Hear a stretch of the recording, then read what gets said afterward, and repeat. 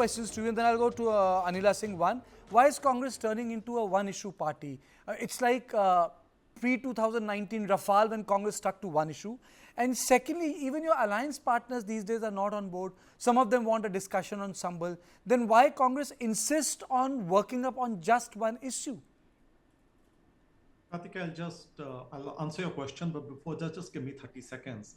Anila ji said that we were in bed with the Britishers. I'll just tell her respectfully that the BJP and their forefathers were in bed with the Britishers. When the Quit India movement happened, Mr. Golwalkar wrote a letter to the then Viceroy saying that we do not support this movement and we are very happy under the rule of the Britishers. So let's set the record straight. Who was and who was not in bed with the Britishers, who supported and who opposed the Britishers. One for that. Now coming to your question. No, we are not a one-issue party, but there are certain issues which are very important and we cannot let this government just, ignore it and move on as if everything is hunky-dory and it's business as usual. The Adani issue, the Mudani issue is a very big issue.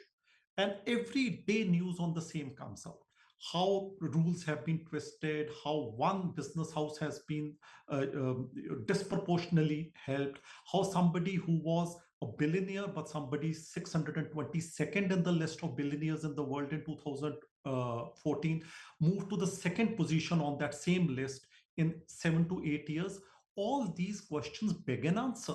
Because if we do not get an answer for this question, we will not remain a functional democracy.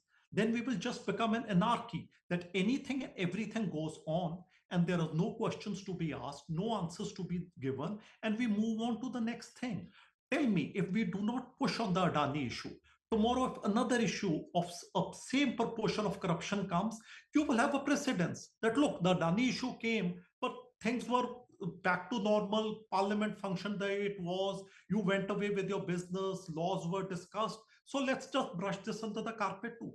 That is now not how a democracy works. And I'll just remind my friends from BJP, it was their leader, Mr. Arun Jaitley, who said it's the right of the opposition to disrupt parliament and see to it that discussions on the right issues are held, and the primacy is of the ruling party to see to it that the issues brought up by the oppositions are answered, and only then parliament can function correctly and truthfully, and that is what parliamentary democracy is all about. So again, I'll just say that they can today turn around and say that the honorable Arun Jaitley was also totally wrong. He was also an anti-national. He was also in bed with the deep state of America, and that is how the narrative goes.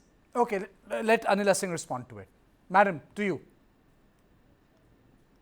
Kartika, what to say? It looks Mr. Sandhu doesn't knows anything, even about his political party. Just now he was telling about Bharatiya Janata Party, and Bharatiya Janata Party has been bad with Britishers and all. We are the product of post-India. Our political party is a product of post-independent India. And if you know that how the Britishers created your political party, you wouldn't have made such a lame statement here. And I was listening to Mr. Ajit Jaya because I do not want to give any importance to the statements which has been stated right now by the Congress spokesperson because they don't have anything to narrate.